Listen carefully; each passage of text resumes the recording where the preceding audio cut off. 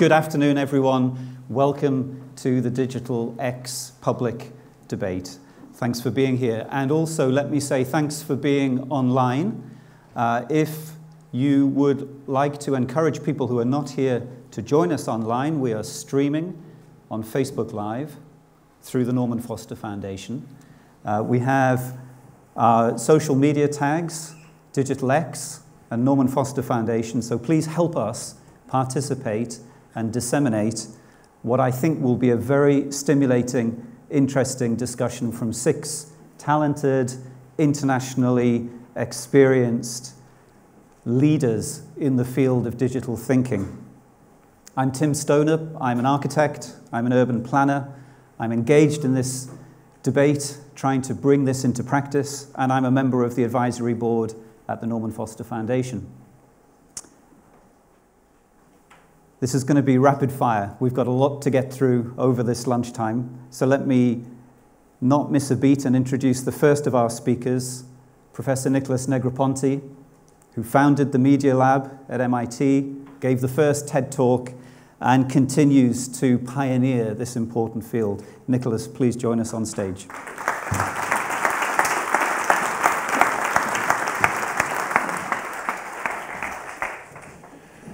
Thank you. My job in a few moments is to introduce the ideas, because we're at a moment in history where something is actually happening that some of you are young enough that you will look back at this era and you'll say, yes, I was there, and that was sort of when it's happening. And usually when you tell a joke, the punchline is at the end. I'm going to tell you the punchline in the beginning and then show you 7 more slides that characterize what I think is happening. This is the punchline. People keep telling me, well, you know, what's new? What's the next thing? Because they thought I predicted things, which I really didn't do. I didn't really predict things. But they said, oh, well, what is it? Well, the answer, there is an answer. It's going to be in the biotech world. And one of the pair of slides that I love showing people at the Media Lab, this is what people looked like 20 years ago, 25 years ago. They came to work dressed like that. Some of those people actually slept with that gear on. And today, what do they look like? They look like this. So if you come to the Media Lab, you'll see more people dressed like this than dressed like in the previous slide. And why is that the case? It's not because we all became biologists. It's because the physical world, the world that we've known, whether it's as architects and designers, mechanical engineering, we have been able to go smaller and smaller and smaller. And we use the word bit to mean something that isn't even physical. They don't have shape, they don't have size, they don't have weight. And yet, most people don't realize the word is only 70 years old. There was no word for it before. And so you have a new word that characterizes something that isn't physical, that we have made the digital world out of, and we have the internet, which is 50 years old. It's not very old. I was there. I was with the people. The first time I used what we call the internet, I knew every single person on it. I knew them all, because there were 3 machines, and we knew who were on the other 2 machines. Now, I want to show you something. This is a picture of, and it's an old display, it's a bad display, but it's a picture of a departing point and an arriving point that you would specify in the computer program, where you wanted to leave and where you wanted to arrive. And guess what? It ordered you a car to do that. I happened to work on this program in 1967. We were doing this in 67. So why did it take Uber all those years? And it's not because some people who started a company called Uber invented something, because they didn't really invent very much. But what happened is that that could not become a reality until you had a global positioning system, satellites that could tell you where something was, where it was in space. That only happened in the early 1970s and was available in the late 1970s. Before that, we didn't know where things were, at least in that way. And so you need all sorts of things to happen for Uber to pop out at the other end, metaphorically. So the question is, what are those things today? What are the things today that are going to be like this diagram that you or your children will come on stage and show, oh, say, do you realize we were doing this stuff? Well, I'm going to show you just some images, and then the speakers will talk about it. This is an image I love because most people can't tell you how many parts are in a car. Not because they're ignorant, but because it's actually a complicated question as to what is a part. Is something two parts or one part if it's molded together, if it's injection molded, so on. So the number varies from 12,000 to 14,000, maybe even higher. 15,000 parts go into a car. So the faculty member working on this wants to make a car out of one part. So you say, well, that's easy. We'll 3D print the car. No.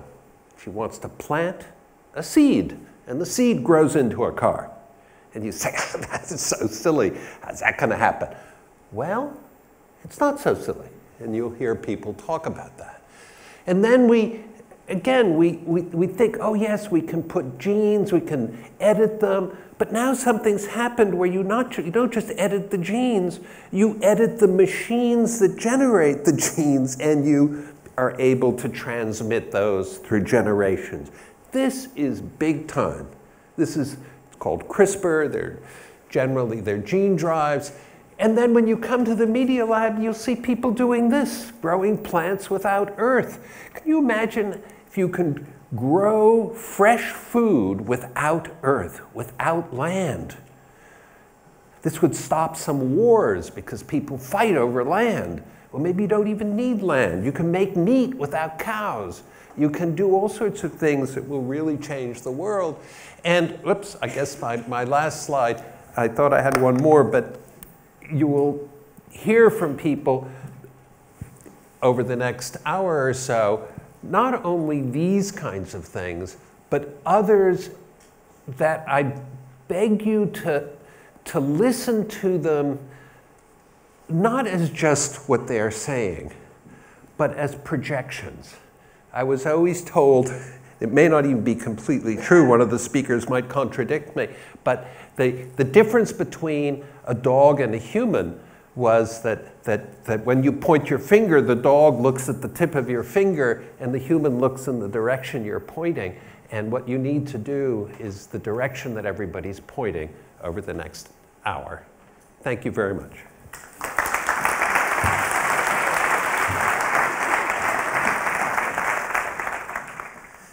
Thank you, Nicholas. Our next speaker is Lou Jepsen, who is an inventor and an entrepreneur and looks into our minds. What she sees and how she interprets what she sees may well be what she's about to tell us. Lou.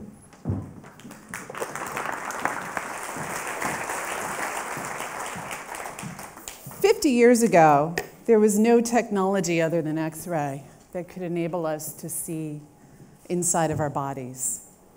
25 years ago, I went home to die because an MRI was too expensive. Luckily, a professor sprung for the cost of it, and I'm here today. I had brain surgery and became unwittingly interested in neuroscience and seeing inside of our brains. So I think we can replace the technology that exists today in hospitals that fill rooms and are very expensive with a wearable this size that can see in high resolution inside of our bodies and our brains to enable us to telepathically communicate with each other.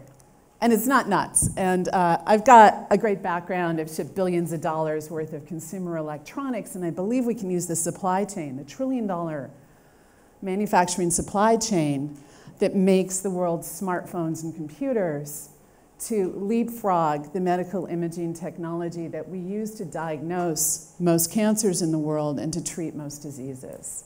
It's pretty profound. So how does this work?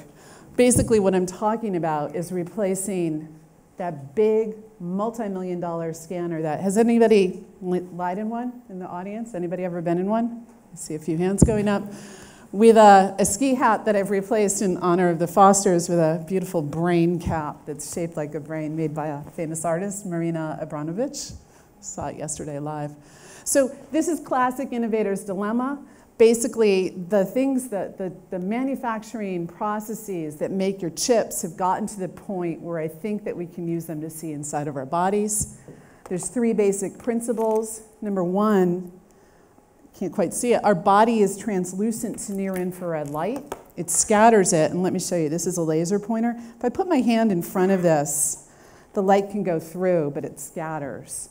So we use an old technology called holography to descatter the light. And we can use holography, and by this I mean the old school form of it, recording the phase and amplitude of light so that we can record the positions of all of those coins at the same time. We can do that with our body and then mathematically invert it to deal and address the scattering. There's one other trick using ultrasonic chips we've designed. You can focus sound down, bring in light, and the light that goes through the spot where the sound focuses changes color. And that allows us to exploit this other property of holography and interfere the light that goes through that spot. And that's microscopically what a hologram looks like. And the reason we can now do holography is because we have pixels that are the size of the wavelength of light, so we can record these very fine stripes, because those stripes are about a micron. And right now, in every single phone in this room, the pixel size in your camera is about a micron. It's gotten smaller, they've gotten better.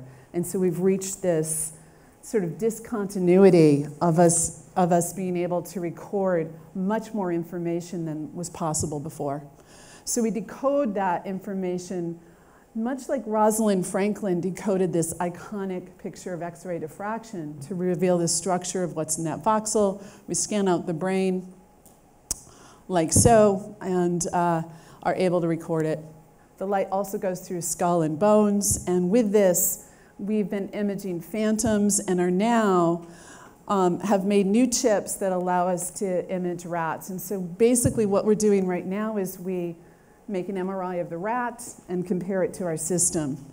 So this can enable us, if we apply it to our heads, to be able to dump whatever visual image we have in our head, whatever audio image, whatever words we're thinking of, directly to our computer, as has been shown using graduate students laying inside of fMRI machines with recordings of their brains being made through hundreds of hours. And then when a new clip is shown to these graduate students, using the database created from the hundreds of hours, the computer infers what it thinks the graduate student is looking at.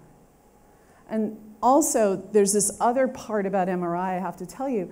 What fMRI measures is the use of oxygen in your head, 3D pixel by 3D pixel, cubic millimeter by cubic millimeter.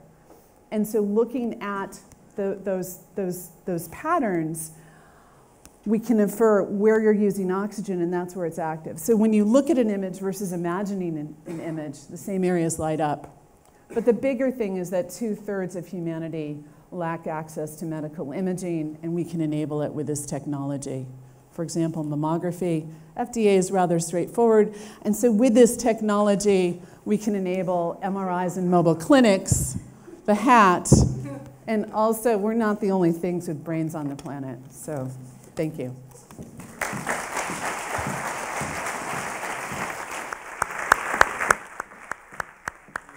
Thank you, Mary Lou. We've just heard from one incredible innovator. Our next speaker innovates on behalf of an entire country. David Moinina Sengeh is the Chief Innovation Officer of Sierra Leone. The stage is yours, David.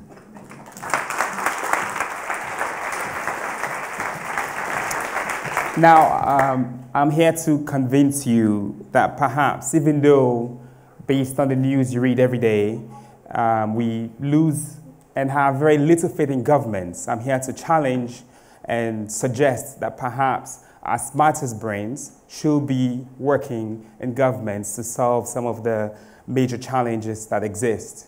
And we're doing it. Sierra Leone in West Africa is doing this currently within the Office of the President in the Directorate of Science, Technology and Innovation, where we're trying to show that data science and analytics and all these advanced computation can be applied to decision-making and governance. And that's why I essentially left IBM. I did my PhD at the Media Lab, worked on multi-material 3D printing, and moved on to IBM, where I was writing AI code. And so when President Julius Biel, called to say, we have to be able to use data science and analytics and technology to transform our country, it was a challenge I couldn't say no to. And we spoke about this, and we said three things had to be true. There had to be the authorizing environment, a political will. We needed to have creative freedom, where we should explore and approach everything. And we needed to bring the resources together, and those resources included some of the best people around. And that boiled down into two visions. One was we can use science, technology, and innovation to develop a country. And essentially, the hypothesis is if we did this right, we will be able to transform a small nation like Sierra Leone into a hub for innovation. And we do that through four ways. Everybody understands the power of data. And yet, even though the biggest set of decisions for the most amounts of people get made by government, we seldom use real-time data analytics to drive decisions. And that means, can we apply machine learning and AI to support cabinet decisions? How we deploy solutions across in our public schools. And for that to happen, our data systems have to be all connected, allowing collaboration in a way that means that data that the Ministry of Education sees is data that somebody in the public library sees, is data that your parents sees to support your learning. Because it's only when we do that that we can essentially develop solutions that can address challenges that affect all of us. So how do we robustly use this data and analytics to be able to effectively develop solutions that will offer services that we'll use? Because ultimately our goal is that as humans, we need to be in a place where we are thinking through the problems and the challenges that we have to be able to address those issues locally. Now, my team, based out of State House, based out of the Office of the President, follows three principles. Human-centered design, we say yes, because we have to be able to understand the problems that people are dealing with. And we came up with this thing called fractal problem solving because we're nerds. And the thing about the fractal is it's a simple shape, but the complexity of it can be driven algorithmically. So you can scale beautifully, and so the problems that we solve have to work for everybody, on the web, on the mobile, on the feature phone, online, offline, and hybrid systems by definition have to drive the solutions that we develop. And we cannot do that if we don't apply state-of-the-art technology within governance. And I'll talk about two examples. So in the past, people will collect these education data sets from all over the country.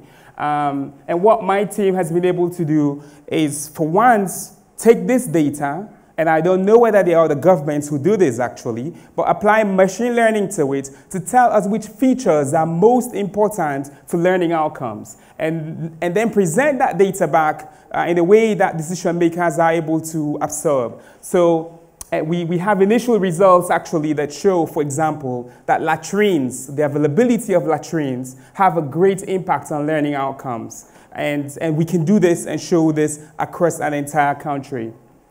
Something as well that we're doing and driving in Sierra Leone is actually using data to fight corruption. The head of anti-corruption is a close friend, a young gentleman who is bent on using analytics to show and to fight something that most people cannot fight. And the only way you do that is if you reduce the people and incidences to data points. Now, we're not going after a human, we're just showing data. And if we show data, as we have been able to do, we are able to trace government vehicles, for example, that were illegally transferred between people in governance, because we didn't go after a Joe or a Mary, we went after a data point. That's what we can do when we have the smartest people working in governance. Thank you very much.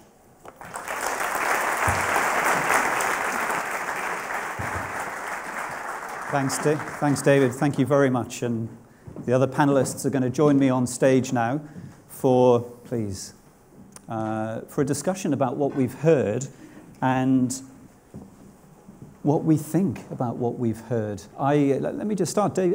Nicholas, I was taken by that photograph of the 20-years-old MIT students, dressed a bit between Ghostbusters and looking around today with all of these devices strapped to us and in our ears, a little bit like we are today. In 20 years from now, are we going to be in suits wearing surgical masks? No, I think it'll all be inside you, either because of elective surgery, or you've swallowed it in the morning, or somebody genetically modified you before you were born. I think the idea of carrying physical things, it might be a ring, but that is really tiresome. Plus, they've all gotten worse, not better. So it's this idea of having some physical thing in your pocket will start to disappear. Yeah. Without question. Yeah.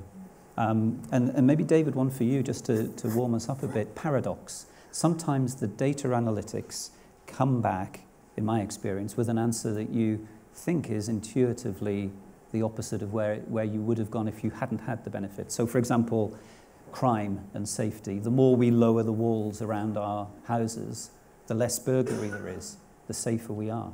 That seems to be the opposite of human instinct. How do you make those kinds of decisions when the data are telling you otherwise? Well, so I think it's a human problem. I think humans ultimately, so we already use data to make decisions. Our gut feeling is analytics, right? It's just not obvious. We all don't have the same gut feeling. And I think when you then bring data to the front around a table where people are having a discussion, then it lays bare our assumptions, and we should be able to make better decisions. So another thing I didn't show, one of the top predictors for learning outcomes is school gardens. Now, somebody might say, why are you making school gardens instead of, I don't know, whatever it is that they ran politically on?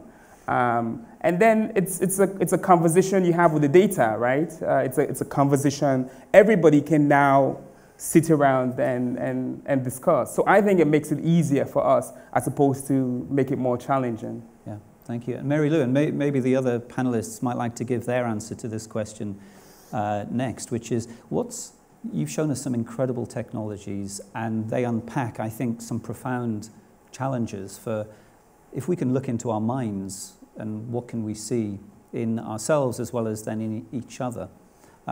What's the one technological innovation that you haven't yet made that you think would make the big difference? What is it? Time travel. What is it? Sorry? Okay. It'd be cool, wouldn't it? I would have done that instead of telepathy if I could have figured out how to. Okay, so take what you're currently doing. What's the big challenge you've got, and who do you need the help of to break it? Hours in the day. No, like we're implementing. We should have product next year or the year after. We've got alpha kits now. So I think we're through a lot of those challenges. We're on a consumer electronics treadmill because those factories don't let you actually do R&D. You have to fool them and say, oh, it's really ready for product, and maybe get an extra couple of runs. Yeah. I was struck by what Nicholas just said, that ultimately the wearable is transitory as we embed it into our bodies, as we become more comfortable with it. I think initial step of telepathy we may wish to take it off and have thoughts that people can't listen in on, for example, but we should be able to embed it ultimately. I think it's a good point. Yeah. Yeah, and David, what's your biggest challenge right now? My biggest challenge? I think, to be honest, my biggest challenge is that it's too good to be true. And what that means is people who have been waiting for an opportunity to engage in solving large problem sets like this don't know what to do when you have, I don't know, young people around writing AI code in State House. And it's true that you have a lot of people who, I think, are afraid to make commitments and take risks and say, all right, we don't know the ultimate answer to this, but we are willing to make a hypothesis, and we are willing to make a commitment and explore how we use data analytics in governance. And that is the big risk, is that it's too good to be true, and we don't have enough crazy people, either in government or crazy, the right crazy. Yeah. We have a lot of other nuts people, but we don't have a lot of crazy thinkers and problem solvers in government. So where do you find them? How do you get, I mean, there's a few hundred here today. I mean, it's... Are you recruiting? It's ultimately that I didn't go to government school. I went to the media lab. Nicholas was on my thesis committee. Yeah.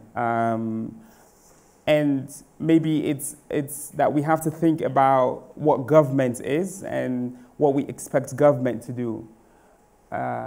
Government is perhaps the oldest one of the oldest institutions still, and it hasn't evolved at all. We're talking about evolution and being digital. Government, in most ways, is run the same way it's been run for hundreds of years. And so maybe we have to reimagine what that looks like and what our contribution is to governance. And ultimately, and that comes back to us, is we should look into our brains and see how we're contributing to this or not, right? Yeah. Great. Nicholas, I mean, you're doing 1,000 big things. I'll answer it directly, but just as a side remark, Sierra Leone is very lucky to have you. Okay? Thank you. And not only should they be very grateful, but I hope you are a prototype of other people who do what you do, not just in African nations, but in Italy and France and Germany and the United States. We have Trump because people didn't go into civic society. It was for losers. And guess what? We got one. So it's just something that's very important. My biggest challenge is clearly mortality. There's no other challenge. But when I listen to people talk about a very popular debating subject, what is the future of jobs? Yeah. Because computers are going to do them all, and what are people going to do? Nobody. I have not heard one person in that debate ever point out that our grandchildren are going to live until the age of 200. At least 150, but let me use 200. You live 200 years. This 25 years that we used to think of as a career, my work life. I worked for 25 years, I retired, so it's kind of meaningless in the space of 200. Just like 12 years of education doesn't make sense in that new context. So I think when I say mortality, jokingly perhaps, but I think the issue of people living a very, very long time is one that has to be considered in almost every context. So back to time travel. We've got to work on time. A lot of us here dealing in space, but it's the time piece. Who's doing this work? Is anyone working on time travel? Seriously? As far as we know, it's physically impossible, but that shouldn't maybe stop us. Maybe we don't know something, perhaps. Yeah. But when you think of how many things you kind of do in parallel, and you watch kids simultaneously doing this, this, and this, and this, and you realize that if you look at those moments of time, they're almost living 2 or 3 times the life we were. There's kind of it's sort of like the hamster cage is going faster and faster, and people do lots of, we don't even know where here is because we're not here all the time. We're sometimes there, but then you can be here and there, and where is there? Well, there is here, but maybe here is there. And you suddenly are in multiple places. Time is being compacted that way. The motto of the Foster family is, the only constant is change. We were talking about this earlier this morning in the workshops that are happening this week as part of the Digital X event. And it made me wonder whether, are we in the moment today going through more rapid change than we have ever gone through as a species? Or is this just what we normally deal with? Is there something special? And if there is, it seems to me the age of 50 is quite important, because over that age, you didn't grow up with this stuff. Under that age, you probably did. Yet if you're over 50, you're in a position of typically greater leadership, greater control, greater authority. Is that the generation we should be more concerned about than the younger generation? Anyone have any thoughts on that? Concerned in what way? How to adopt, engage with, for example, participatory governance decisions based on data analytics? But I think it's a question of the people who get to make decisions, who are in a place of making decisions for everybody else, right? So I suppose this comes back down to how we make decisions, and whether should we have a world in which how educational resources are distributed across a country is completely run by an AI model that takes into consideration all the different data points. Then it doesn't matter whether you're 50 or 20. It's an optimum solution that we got to. And I think that should be possible. That should be at least possible, that the optimal solution, if you understand the right models, if you understand which data is driving those, should be presented, and then people can have a debate around it. I absolutely think people should have debates, but we should be having debates around solutions that come out of models. And what are the big questions? What are the big questions that are driving your work individually? Mary Lou, tumors, cancers, clearly, but what else is driving what you do? What else is, I mean, I was back on your old question, the previous question of, is this the most exciting time? I think everybody thinks that when they're living is the coolest time in all of history. You've got no because choice. It's, actually, that's just because it's now, Yeah, right? yeah, And yeah. if you look, at the end of the 1800s, things were changing very rapidly. The invention of the automobile, the telephone, the light bulb, huge, huge changes. Airplanes a little bit later. So what are the biggest challenges for me right now? I think,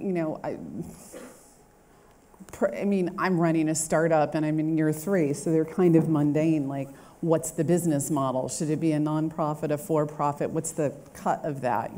Do we get, like, I think people will pay anything to talk to their pets. Do we get that to fund all the MRI machines in Africa, for example? Like, yeah. That might be a kind of cool deal, right?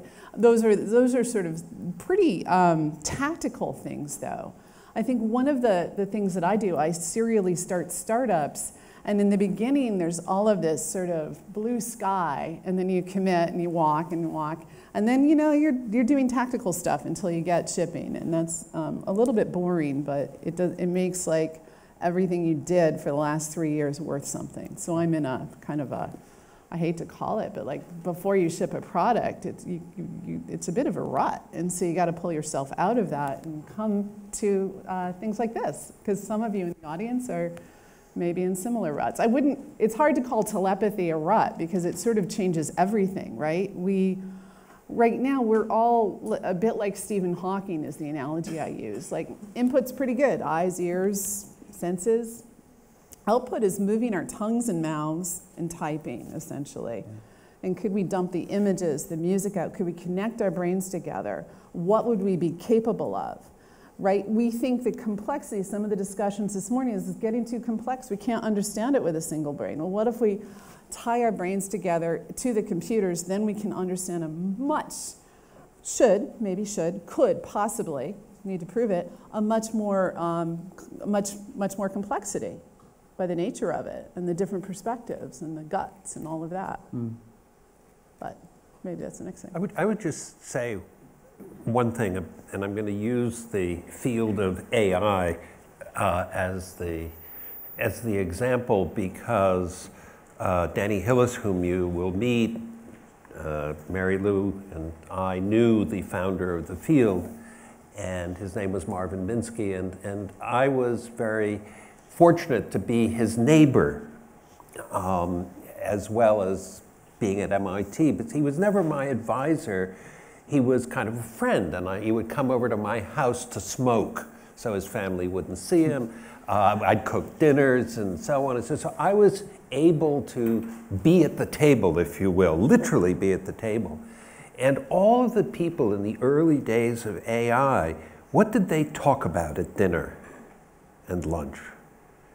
They did not talk about self-driving cars, because that's trivial. They didn't talk about almost everything that's called AI, because they were interested in much higher level thinking, like what constitutes humor? Why is something funny? Why do humans appreciate music? These are the things that they were deeply, deeply concerned about. And they didn't have the tools to do more than to sort of think about it. And today we have the tools. And Marvin died, I'm going to say 3 years ago. And he didn't get to see the fact that the word got adopted the way it has. But I think we're at, again, a cusp in that area where we can start talking about those again. We can start thinking about thinking. And thinking about thinking is really important, and most people don't do it. Is it especially important to do that given the nature of the change of employment? If traditional jobs are under threat, we need to be able to imagine new futures for ourselves. True, but I don't want that to turn into a trap where people say, oh, our children should learn how to code because if they code, they can work for Google or they can do this and that. The reason to learn to code as a child is because it's a way of thinking. And so coding is the closest you get to thinking about thinking, and debugging is the closest you get to learning about learning. So it's very powerful, but most people don't think of that. They think of it as jobs. How many people here can code or have ever coded? Yeah, that's pretty If you haven't coded, impressive. You should, actually. It's no matter what age you are. I would estimate that was, what, 60% of all of us? It was hard to... Who knows? We don't have the data, David. But right, no, but it's something that I say quite a lot, actually, on national TV and on radio, that everybody must learn and should learn how to code, precisely because it's a way of thinking. And I think the reason for why, and it's not, thank you for the compliments earlier, and it's not out of false modesty. I truly feel like I get a privilege to do the impossible in governance, to apply things like my coding techniques and computational thinking to solve problems that are generally considered impossible. That's why we should all code. That's why we should all contribute. That's why I feel like the smartest people should be in governance, because the problems that we have to solve for society are damn hard, are really hard and impossible. Otherwise, there wouldn't be all these issues going on around politically, socially, how we feed people, where people sleep, new forms of housing. There are problems that need to be solved. And there are problems that need to be solved computationally because of their complexity. And it's not going to be one human or two humans or a set of people around, the few fortunate people who are coding who have to do it. The question really becomes, how do we turn all the humans who are in Sierra Leone to be computational thinkers such that they're solving the problems that exist? And I don't know the answer to that, right? That is the question that I think about regularly, is how do we transform all of society to be thinking about these problems? And it's a privilege to be in that position. But coding for sure, but poetry, art. Mary Lou, I was taken that last slide of Norman wearing the hat. The hat was created by an artist, not by a brain analyst. Right. It seems to me that there's a balance to be struck between these activities. We're also emotional creatures that aren't very logical. So we might have to deal with that about ourselves to get through. It's not just coding. We are far more complex, and we need to start to understand that to be able to solve the problem, rather than just say everybody be logical, because that's not working, unfortunately. But so I wish we could. Sorry, I wish we could, but can't. Sorry. But what you did is exactly the opposite of what Nicholas was saying. You took it to coding. This is not about coding. This is about computational thinking. Whether you're a poet who's coming up with new lines of poetry, or somebody who's emotional, who's trying to understand, we're not saying you should code it. We're not saying you should go write a code to come up with the best poems that exist. It is computational thinking. And if you are the best poet, then you're applying levels of thinking that are different from terrible poets. And that is different. This idea that coding immediately becomes some technical, let's write lines of codes, and thus, what about arts? Or what about this? Is a false debate. It's a false dialogue. Because that's a good point. It's not actually what I was thinking coding as exercise, in the same way as running as exercise. Rather than a means to an end, but rather than an activity to support. I'm going to ask a question of you, then I'm going to pause, and this is, actually no, I'll go straight to it. In a moment, there'll be a chance to ask. It does say time's up. Yeah. But I'm in charge here. I know. We've got time for one question from the audience, because it's really important that we hear from you as well as from the panel. While you're thinking of that question, if there's one piece of advice that each of you could give to one or both of the others, what would it be? Do something bigger than you're doing now. Bold. Just go. It's just way more fun. You get a lot more people, cool people working with you. People put a path to your door. Don't go stealth. Just try to do something impossible that could change everything if you succeed. Because maybe you only get 1% of the way there. That's still further than we are now. Yeah. Okay.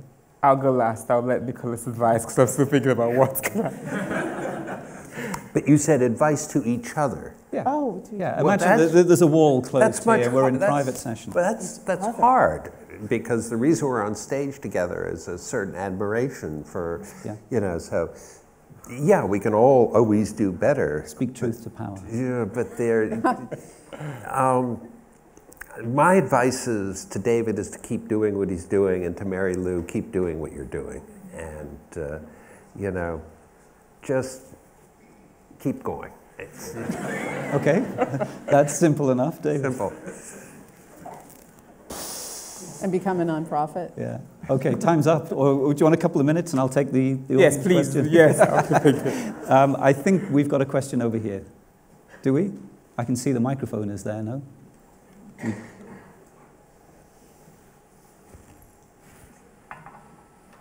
We do.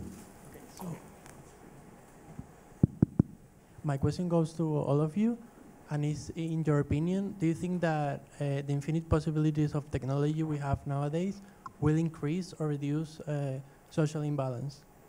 Okay, so if we didn't all hear it, do the increasing potentials of technology increase or reduce social imbalance? Is that right? Yeah, I think it's a great question, and it depends on how we build those solutions. So this idea of fractal problem solving and hybrid systems, by design, it is harder to build systems that are going to function online and offline, on mobile and on web, on the feature phone and on smartphones. And so we have to, by definition, build systems that function at all scales, in the smallest forms and in its complex forms. So it's not that the technologies, it's a fault of the technology if it doesn't solve the problem for everyone.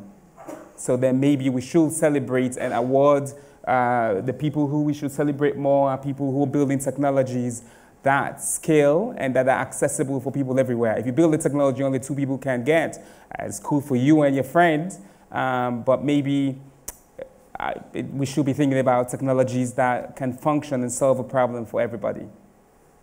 Thank you. Well, look, we don't have that time machine. Is there anything short that anyone would like to say in conclusion? People are scared of technology right now. Where the pendulum is swung this way, but Foster Foundation motto is everything's always in change. We can't stop. We can't just like stay small, not grow, and like that's impossible for us to not have any ideas, not do anything. I think that's called death, right? So we have to keep going, and I think you're right. Like, how can we scale? How can we think about these, have these conversations about what technology is doing to us and bring people along? I have an advice for Nicholas. Oh, it is difficult, Go for it. but I think you should speak more. It is crazy because I feel like you speak enough, and maybe some people would say you should speak less, but I actually think you have such a great brain that you should speak more. And I mean it sincerely in terms of you should say and share your ideas and make it more accessible to, I think for everybody, is you should share it. People who, like you guys, have this brain and how well-traveled and well-read you are and understand what QED means and first principles, we should be able to engage society more and speak more. So speak more and Just not now. right. Good for you. Thanks very much to our panel. That was good. Thank you. Thank you very much. Okay, moving on as we must. To the second half of our discussion, we're going to have 3 more speakers, the first of which is Danny Hillis. If we listed everything Danny has patented alone, we'd be here all day. So I'm just going to let you take the stage and get on with it. All yours. Thank you.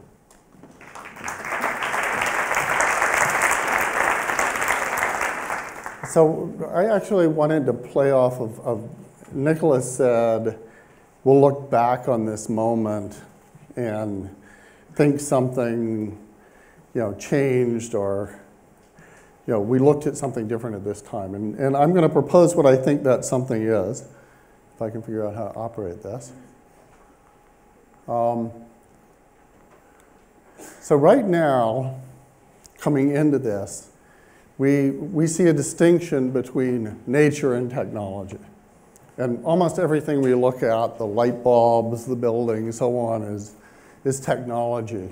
It's designed, it's manufactured, it was controlled in a certain way so that the light, the screen operates according to the push of my buttons. And it's kind of understood in the sense that somebody understood the causes and effects of what holds up the building, what causes the light to light up. Whereas nature, if we went out into a forest, it doesn't have any of those properties. It's evolved, no one designed it, it's growing, it's constantly changing, it's following its own rules automatically, and it's mysterious. We can't really explain why it's doing what it's doing. And what I'd like to propose is that we're at a time when we're having an entanglement of those two things, so that the distinction between nature and technology is actually going away. So that in fact, we're getting a new world in which technology is evolved by processes that are different than design. Technology is growing, autonomous, ununderstandable, mysterious. And that nature, at the same time, we're starting to make it designed, manufactured, we're getting control over it, we're starting to understand it. So that, in fact, I think this distinction is becoming less and less useful. And let me just give a couple of examples. This is a picture from a mouse that has been engineered through genetic engineering so that every one of its neurons is a different color. It's very useful for people who are studying brains to have the neurons different colors so that they can watch them. Now this mouse doesn't exist in nature, but of course it's mostly a natural object, but it's a natural object that's been engineered to have this special property that we want, but it breeds true, so that, in fact, this is probably from the child of a mouse that was like that was engineered like that, and so on. So is that a natural object or an engineered object? As we look, this is a picture of something that is emerging there, sort of looks like a natural object. It's actually a map of the internet.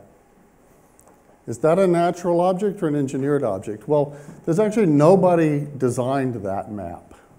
And actually, there's nobody that understands every link in that. Nobody understands all the protocols on which it's operating.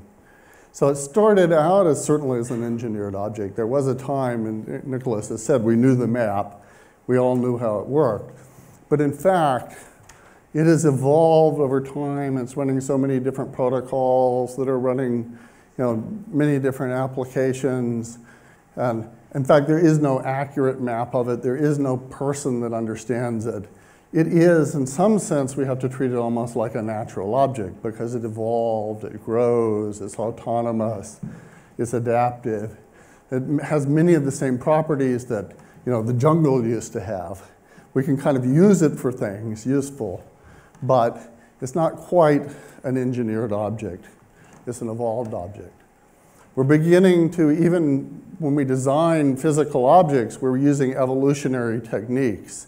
So this is something out of a CAD tool that I use very often, that you just show the forces that you want to hold at various points, and it evolves inside the machine a shape that optimally holds those points apart so that it can be 3D printed. More and more, the objects that we engineer are in fact not engineered by humans making calculations or having ideas of causes and effects. They're evolved by computers inside the computer. And so these distinctions more and more are changing. And so you can imagine that in the future, let's consider what this building might look like in the future. But this building's a nice example because it's easy to imagine all that rebar, all those steel bars being actually bamboo. So you can imagine that this was a planted building. But if it was a planted building, it might also be an adaptive building, so that if you discovered that people like sitting out into the wings over time, it would sort of grow the wings bigger and the chairs get more comfortable, and so the lights begin to glow in different ways. Maybe it might have a nervous system so that it, with bioluminescence begins to display the things that we want to display onto it. And that sounds all very far-fetched, but if I had told you a couple of hundred years ago that I would be wearing a little microphone and it would be amplifying and we'd be projecting a picture on there, all of that would sound crazy and impossible and magic. But I think that's the kind of magic that's coming along in the future. Thank you, please. Thanks, Danny. Yeah, take your seat. No, I can imagine that actually a vine will come out and sort of pull me off the stage. Well, if we can plant that seed. I'll hand straight next to Amber, who lives in the world between the computer and the human. And I think it's an interesting world we're about to hear about. All yours, Amber.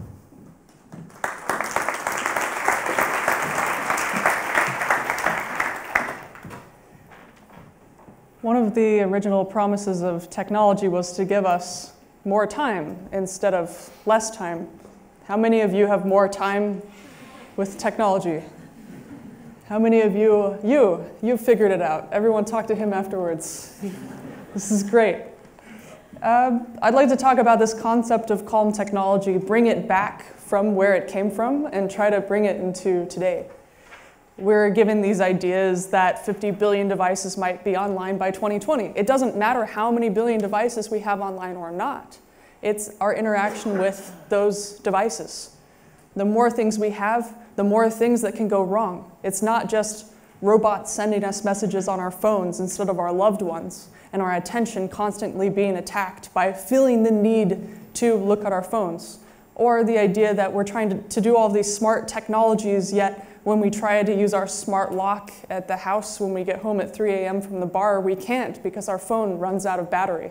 Or the idea that we're building the world as if we're on a desktop computer where we have lots of screen real estate, a hardwired connection, and a power outlet. Yet we demand those same resources from our phones without upgrading the network. So what's the opposite of this kind of interruptive technology? The idea of a calm technology is not new. It came from a research institute called Xerox PARC, which has been around since the 70s at least. The idea behind this institute, one of the ideas, is that it wasn't just technologists. Technologists might think in a certain way. We say today, oh, you're a biologist, you're a physicist. We don't realize that some of the greatest biologists and physicists were also poets in their free time. They hung out with people that had different ideas than they did, and it was the hybridization of what they thought that created the new ideas, not the idea that you're going to be an extreme expert in the field and innovate because you're so good at this one small thing. One of the great things about Xerox PARC is that there were anthropologists and artists to counter the single-mindedness of the technologists. Mark Weiser, who's no longer with us, and John C. Lee Brown create a series of papers that are really beautiful and elegant to read. One was called "The World is Not a Desktop." We can't make things for the world that's mobile in the same way that we created desktop technology. And also the idea of the coming age of a calm technology, in which early on in computing, many of us shared a device, right? Many of us shared a large mainframe computer. We rented time on it. Now, many devices share each of us. And what they said is that the scarce resource will no longer be technology. Technology will be cheap. The most important thing will be attention. That will be the scarcest resource. And how devices make or break our attention will make or break those technologies. There's this idea that the Greeks have of chronos and kairos time. Chronos time is the idea of having a meeting that's 9 a.m. to 10 a.m. to do the same thing again and again. You can't do anything outside of that meeting, even if you come up with something exciting, because then you have to go back to the regular chronos time of the day. But kairos time is the time of watching a sunset, the time outside of time, the time of eating a good meal, the time of falling in love. If at any moment we can be interrupted by chronos time because our technology is demanding all of our attention, what happens to the human time? What happens to the kairos time? Can we make technology that amplifies this kairos time again? Mark Weiser talks about a tool that's good is invisible because you focus on the task and not the tool. A good book, if well written, you dissolve into. You add your imagination to it. You don't have to put so much technology into a book. You are the technology adding to the book and side by side creating something together. If you design calm tech, the idea is that it shouldn't require all of your attention, just some of it and only when necessary. A tea kettle you set, forget, it calls to you when it's ready. You can do something else while you're waiting on the tea kettle. Imagine making that today. You'd have to Bluetooth into the tea kettle, it would have a countdown, and it would beep at you. There's all this stuff you can do in your peripheral attention. We focus everything on this high resolution attention here, but we have this whole span of attention that we can use. How are we amplifying the best of what technology can do and not expecting technology to act like a human, but amplifying what humans do well, curation, maybe empathy sometimes, and amplifying what technology does well. Like Google, you're adding something to it and it's telling you what other humans have done. You're the one making the decision at the end. It doesn't always have to speak. Just the robotic Roomba vacuum goes dun dun dun dun when it's done and dun dun when it's stuck. Why do we like R2-D2 more than C-3PO? C-3PO might be fluent in 200 million languages, but he's annoying in every single one of those languages. So if good design allows you to accomplish your goal in the least amount of moves, and also a good designer understands that goal, then a calm technology allows you to accomplish that same goal with the least amount of mental cost.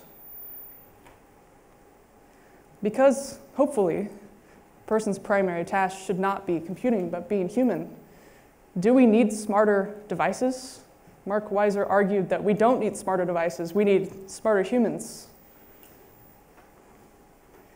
I put a bunch on calmtech.com because I really care about this and I want to bring this back. I'm more interested in human and technology universals than constantly trying to keep up with the newest thing.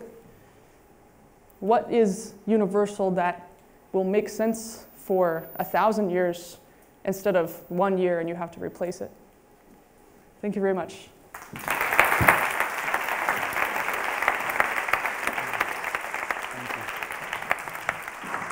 Thanks very much, Amber. Our last speaker is Ben Vickers, who's Chief Technology Officer at the Serpentine Galleries in London and has the most paradoxical biography if you've read it. He's a Luddite technologist, so I can't wait to hear more. The stage is yours, Ben. Thank you. Thank you very much. So I'll preface this by saying the reason why this is interesting to me is because I'm trying to start an open source monastic order. And the second is I'm going to talk about a technology that I don't actually think will have a net beneficial effect on humanity, but I think it will have a significant impact on humanity. And you will have heard of it before. So it's the blockchain. And there's lots of different ways of talking about what blockchain technology is. There is the technical way of describing it. There is the detailed technological way of explaining it. There is the comparison to existing institutions and how it disintermediates those institutions. There is the before blockchain, when everything is bad, and then there is the after blockchain, when everything is good and everybody controls their data. There's the current system of multiple taxi apps, and then there's the future interlinked data structure that allows a perfect market logic to ensure that you get the best taxi service one can possibly imagine. So to give the kind of shorthand of what is the first innovation of blockchain, and I need to do this in order to get to my point, the ability to disintermediate established institutions of authority, potentially establishing new ones, proven by the issuance of a functional currency in the form of Bitcoin. In essence, producing a central banking code backed by mathematics that as software can be infinitely reproduced by anybody. So that's the potential first innovation of blockchain. The second one is to understand that's kind of the broad narrative that's told in public right now. Now, blockchain is in this like crypto winter moment, and that's the moment when people actually start to build different realities with the technology. And we're seeing a transition in the blockchain space to dealing with other kinds of goods and other kinds of property. And one might say that the second innovation of blockchain is the ability to rapidly design and deploy systems that can incentivize specific behaviors and activities. And this is proven by the creation of something called decentralized autonomous organizations. And the way that this is spoken about in the blockchain community is as enabling engineers, amongst others, to address, re-engineer wicked problems and societal challenges as misaligned incentive structures. And this has given rise to a new space of discourse, a new discipline known as crypto economics, which brings together all of these different areas. So we're in this moment of kind of extreme experimentation where a lot of different fields are coming together to articulate a different kind of future: game theory, governance, finance, behavioral economics. And one of the reasons for this is that with platforms like Ethereum, we're entering this moment where contracts are becoming code, which has different kinds of implications. If you've ever set up an organization, you'll know that an articles of incorporation or association are a series of individual contracts that describe how an organization functions together.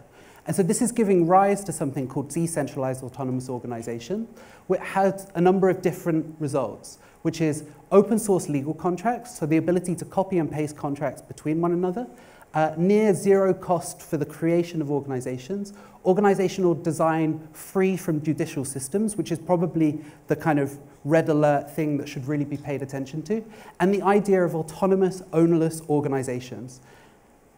There is a company called Aragon that makes it very simple to do company and organizational formation and to design new structures of governance. Now, similar to virtual reality, what we're seeing being produced is what exists in the present. So when we had the advent of virtual reality, it's kind of shocking that most of the experiences that we see being produced just represent what presently exists and not other ideas, despite the fact when Terence McKenna visited Yaron Lanier in 1991 and talked about telepathy, those ideas have never been articulated in virtual reality.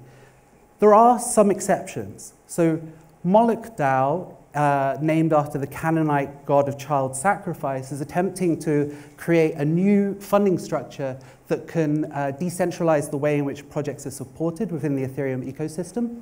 TerraZero is perhaps the most interesting project, which is an attempt to produce a blockchain platform that can allow for nature to own and manage itself.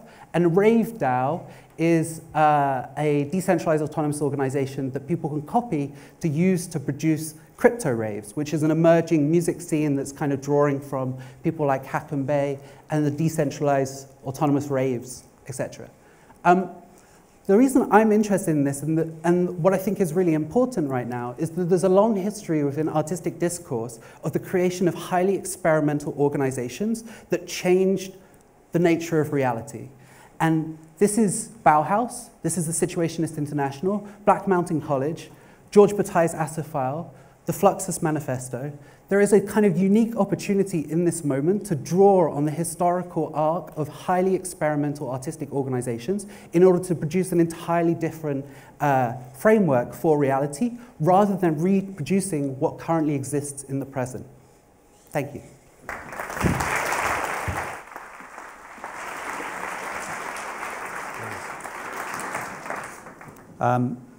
That was fantastic, thank you. And just as we're joining, thanks Danny, on stage here, I think the speakers have all done remarkably well with the discipline of 5 minutes only. It's one of the most difficult speaking times, I think, to be given, so thank you for that.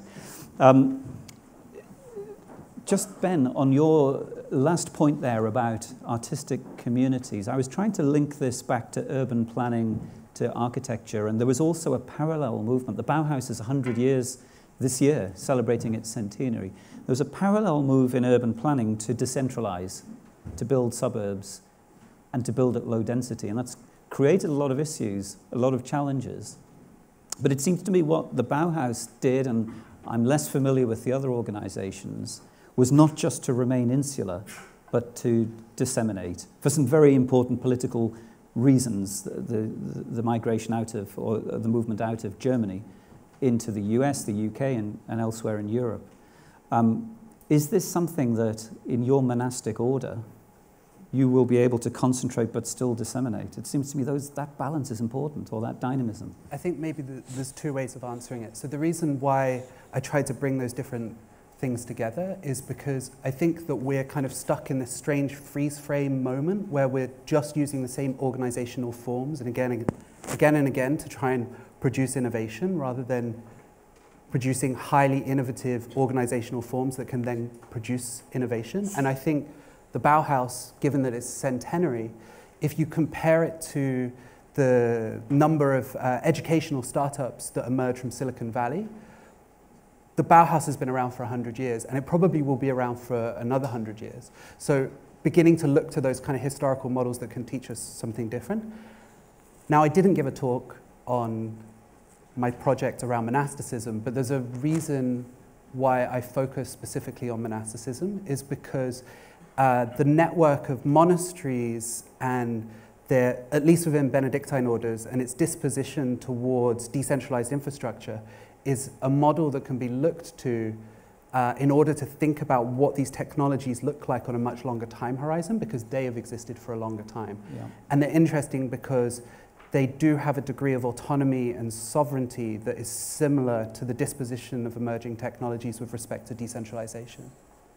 And maybe lessons there for the Norman Foster Foundation in terms of dissemination, centralization. I think we're probably... to last hundreds of years. Yeah, maybe just to cap that off, I think that we're in a moment where we have to accept that certain ideas and projects that have been produced in the last couple of decades have failed. And we're going to have to look further back in time to find more resilient models. The average lifespan of a monastery is 463 years, as long as most nation states. So if people in the blockchain space are trying to re-articulate the nation state with projects like BitNation, let's not model it on flimsy ideas. And you know, he's not on stage now, but I'm sure David might have some thoughts as well about how you govern a country to those sorts of lessons and learnings and rule systems. Danny and Amber, the impression I got from your talks was it feels to me like we're at an infantile stage in our adoption of digital, that we're crawling, and you're giving us visions of being able to run, or even to not run, just to sit and lie down. How much further, how will the world in 10 years look to both of you compared to how it presently is?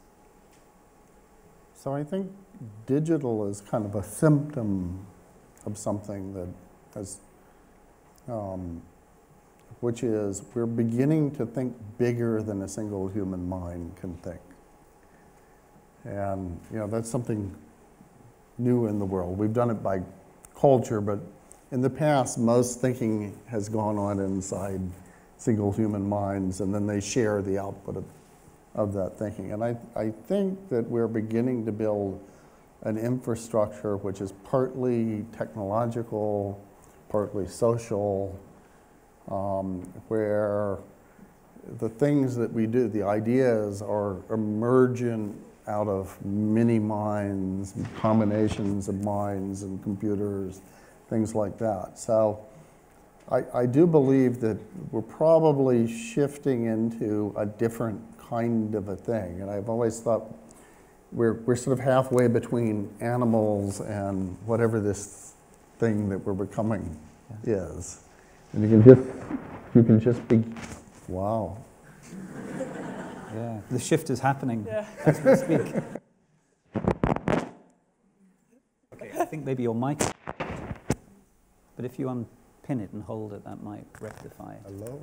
Amber, do you want to help him out here? Yeah. No, I was going to say by answering the question. But you could do both simultaneously. Well, let me. I feel like we're in an age of abstraction right now. That you click and you get a ride from somebody, you click and you get a meal from somebody, and this kind of Silicon Valley-tization of everything, like a kind of template itself. You go on Facebook and this is how you participate in the web. Whereas when I first joined the web, it was you make the web as you participate in it. You're either blogging or making your own website. There were all sorts of experimental websites that worked well or didn't work well. But there was more of exploring the unknown on the web. There wasn't just, I'm going to go to 5 different websites and read these news articles and get emotionally upset enough that I click on an ad or see an ad. Like, I feel like there are all sorts of people, especially in Silicon Valley, that are so depressed that they're going down to South America to take ayahuasca just to like buy back the culture that they lost. And they don't know why, what they lost even, because they're growing up and working at a glorified college campus and clicking on things to get stuff done in a kind of techno-social womb. How many of them grew up knowing how to fix their own car or to paint or to write poetry or had enough free time to make a garage punk band and do some random drugs and, and actually talk to somebody instead of clicking a button to get a Tinder on delivery thing, right? So the question is, if we have taken all of this out and we say, oh, we must program and technology is the future, and then we forget about the meaning of life, then what do we have left? And if we are going to automate everything, which I don't necessarily believe will automate everything, what's left to do? What are the unmasterable things that provide meaning in life? And I argue like it's sitting down and eating food with people and maybe being bored and looking out the window and maybe making film, like these things that are kind of human universals through time. And for instance, if you have an issue in your condo, that's another abstraction of an idea of New York, then can you fix it yourself? Do you even understand what an HVAC system is? Isn't there something empowering about being able to make your own chair or knowing anything at all that's doing something with your hands? Shouldn't we celebrate a little bit more of that than clicking a button, having something happen in a remote server somewhere else that if there's an issue, nobody cares because you submit a bug request and you don't know who's fixing it? So I think hopefully in 10 years we'll have more of that. Can I ask you both a question? And take Mary Lou's mind reading thing.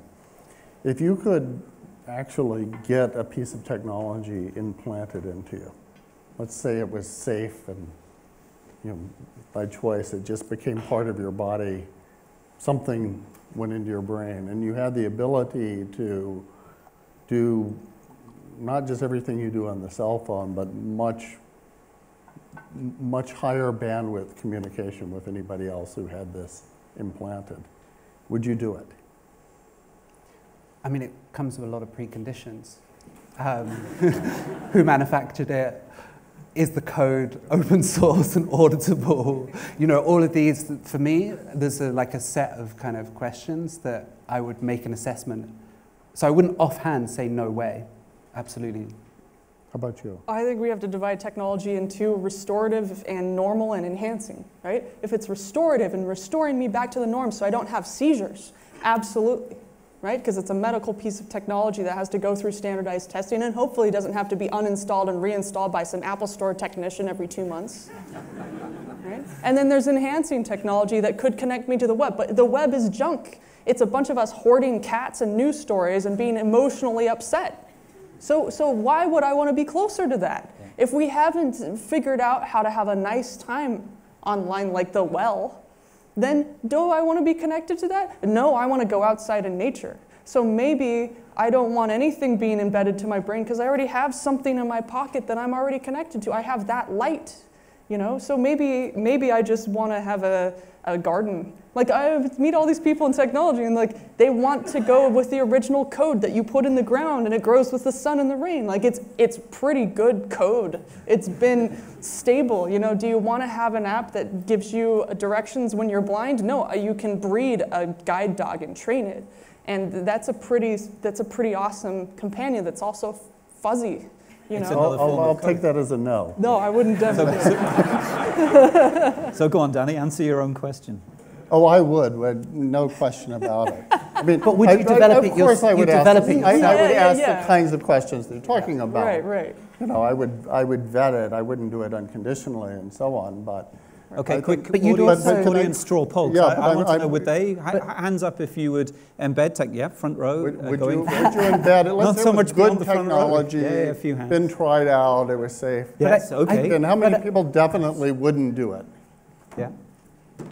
There's a few. So, I've always said I would. So I have a little piece of history, which is I once sat in a panel when I knew that cell phones were going to happen.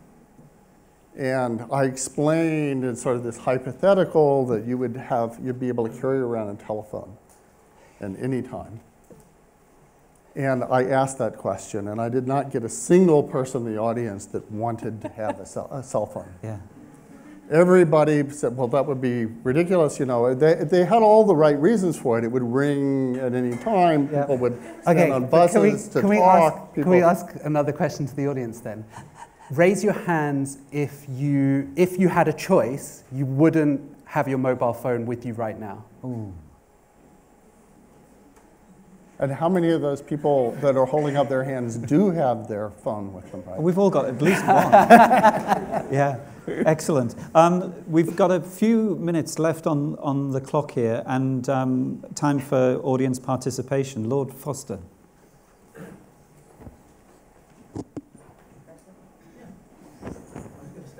Come up here if you want.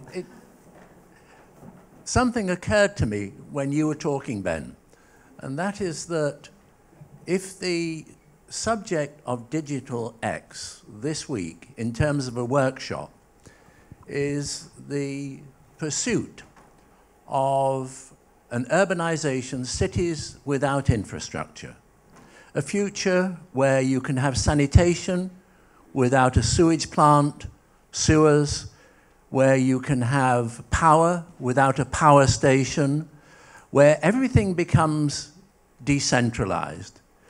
It suddenly struck me that that was a theme that seemed to be resonating through other worlds.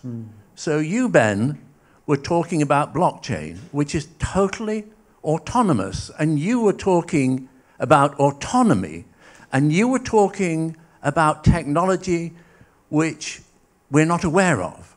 It's so discrete. It's not in our face. And you were talking about dissolving this machine of goodness knows how many tons, and it becomes something you wear. And I suddenly realized that there was a commonality between the subject of the material world, dissolving it.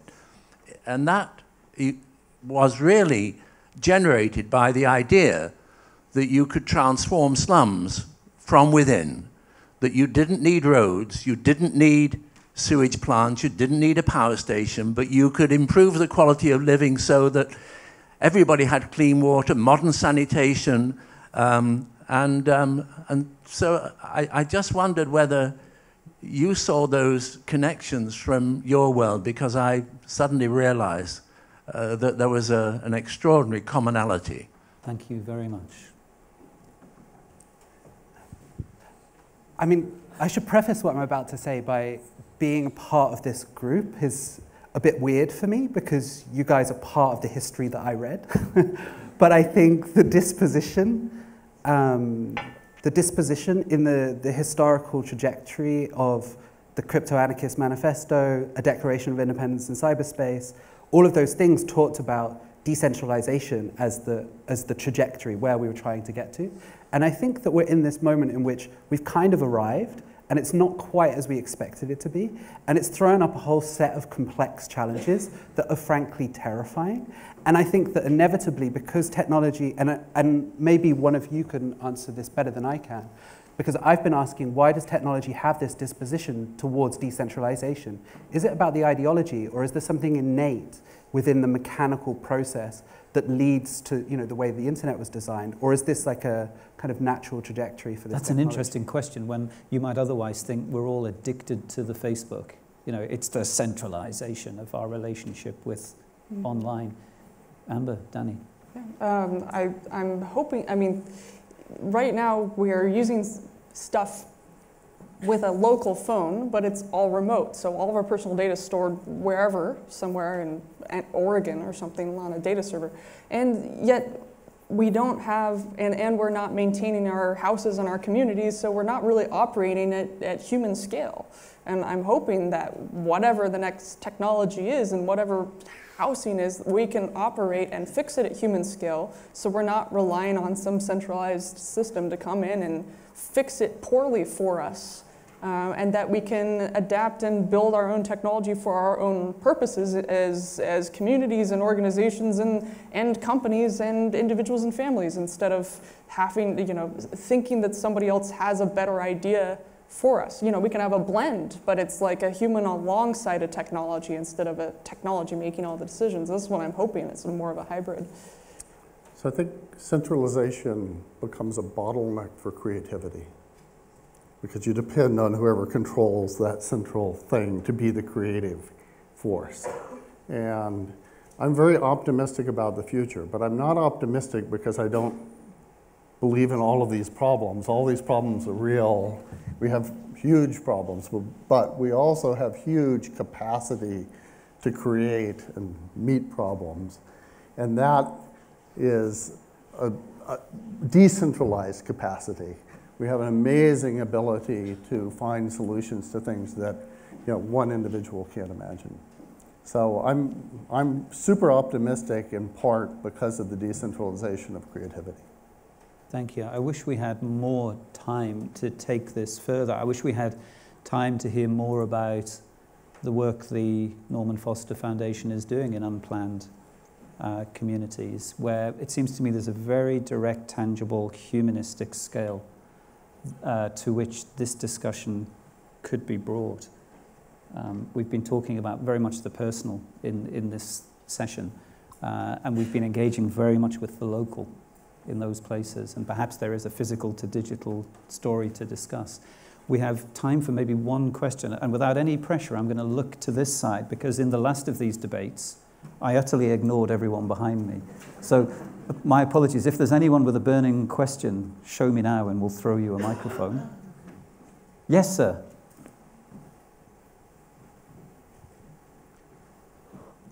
I enjoy immensely this debate, but I have a burning question, which is, what about freedom? How are we going to interpret freedom from all those things that we just have heard and envision the future?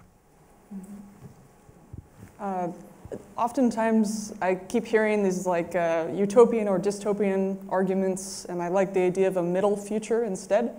Like, just because we have digital currency doesn't mean that people stopped using paper currency and checks sometimes, or they barter. Like, the idea is hopefully we have lots of different choices, lots of different countries to live in, lots of different geographies, lots of different technologies, and that you aren't just using one and having the ideas of one single technology be your new worldview because there's no other option. That we say, oh, well, we need a centralized government or a decentralized government. No, there should be many, many models, and that it's okay. And that way you can migrate around and figure out which one is right for you. I really hope there isn't one future. Because right now there's lots of futures going on, and that's okay, and lots of pasts. Lots of freedoms.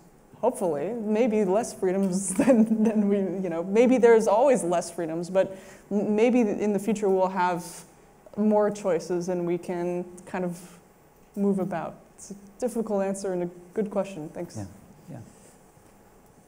Ben, Danny. We haven't got much time, have we?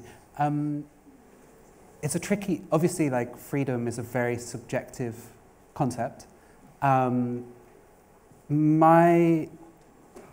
the project that I haven't talked about in detail that relates to monasticism, I went into that thinking I would use that as a metaphor to talk about the creation of, a cybernetic network that would rely on technology and blah, blah, blah. And in the encounter with that, I encountered a very different idea about freedom and about how it operates. And when one lives in a monastery, you live under a very strict set of rules, which actually creates enormous freedom for your mind and the way in which you exist in the world and shifts your perception of reality. I didn't expect to get that. And I'm still trying to recover from that. So I think in terms of how we define freedom in this moment, I think we just have no idea. Like, I think there's a lot of ideas. I just think there isn't one size fits all that can then be scaled up to a planetary scale system. So I'm reminded Martin Luther King's comment that the arc of history is long, but it bends towards justice. And I think it also bends toward freedom. I mean, those two things are related. So we have more human freedom than ever before, more people that are able to create, and I think in many ways we have huge problems, but our capacity to deal with problems has grown even more. So, yeah, and that's part of the reason why, because we have more freedom. Good, and I enjoy the optimism as well. Does my embedded technology tell me we have time for one more question? We have time for one more question. There's so many hands going up, but we have one in the middle here. If we can get you a microphone.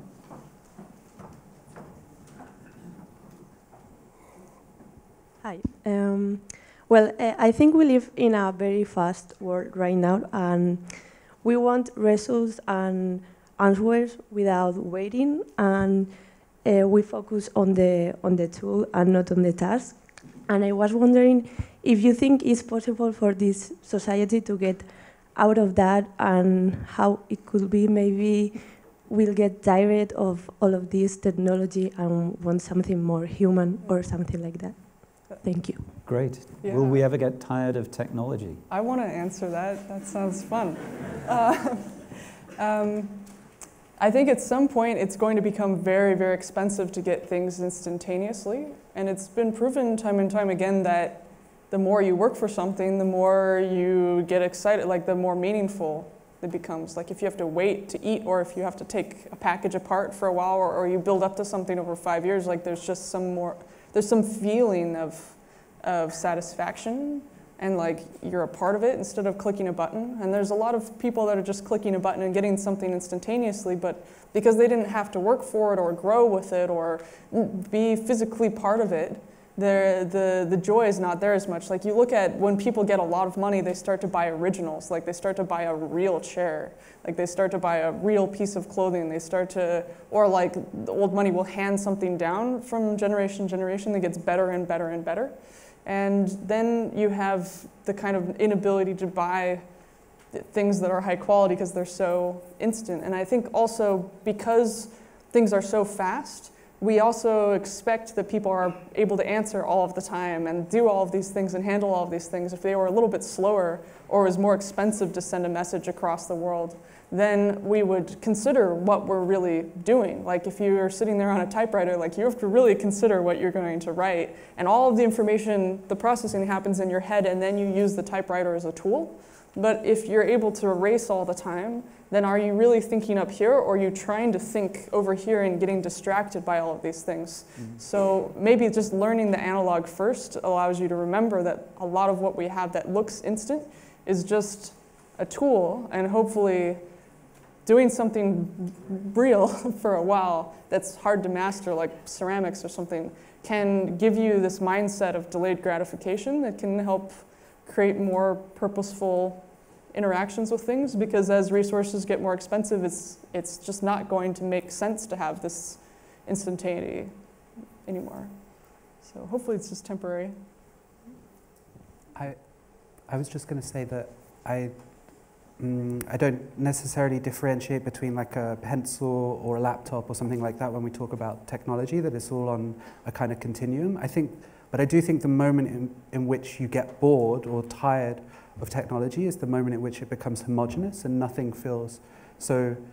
A striving for a kind of plurality, and this is why I very much enjoyed the first presentation that we had this morning, talking about the kind of shifting of nature, it becoming more unknown, more mysterious. If that's the trajectory of the evolution of technology via biotechnology, then I don't think we're going to get tired. I think that's the last thing we're going to be feeling.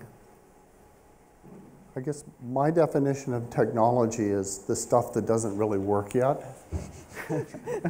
And so things like cell phones and the internet Printers. And Instagram and blockchain and stuff, things like that are the stuff we're still just working out and figuring out how to use and how to fit into our lives and so on. And you know, as we fit it into our lives, then actually it ceases to become technology. It just becomes a part of our lives. Yeah, so, so there's plenty still to do. There's plenty still to do. We're going to draw things to a close now.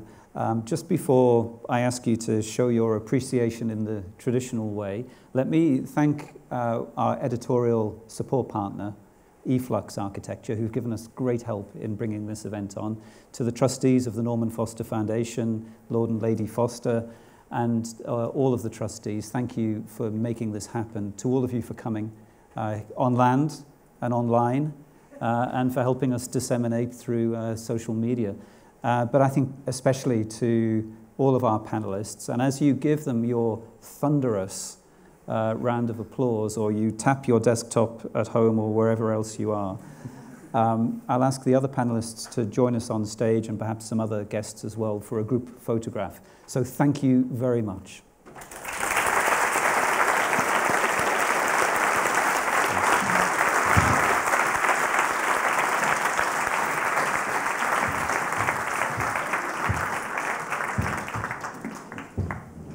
Come on in. Thank you. Tough crowd. Thank you. Tough panel. What do you mean now? You were great.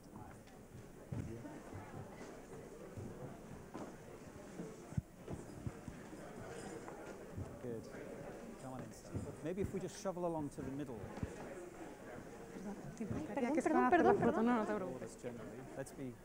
Let's be symmetrical, folks. And orthogonal for Nicholas. Great. Don't we look good? Yeah. Okay, and then everyone just look to the back, look to the back. Very good. Thanks, everyone. Well done. Thank you very much. That was so good. Thank you very much. Thank you. Thank you.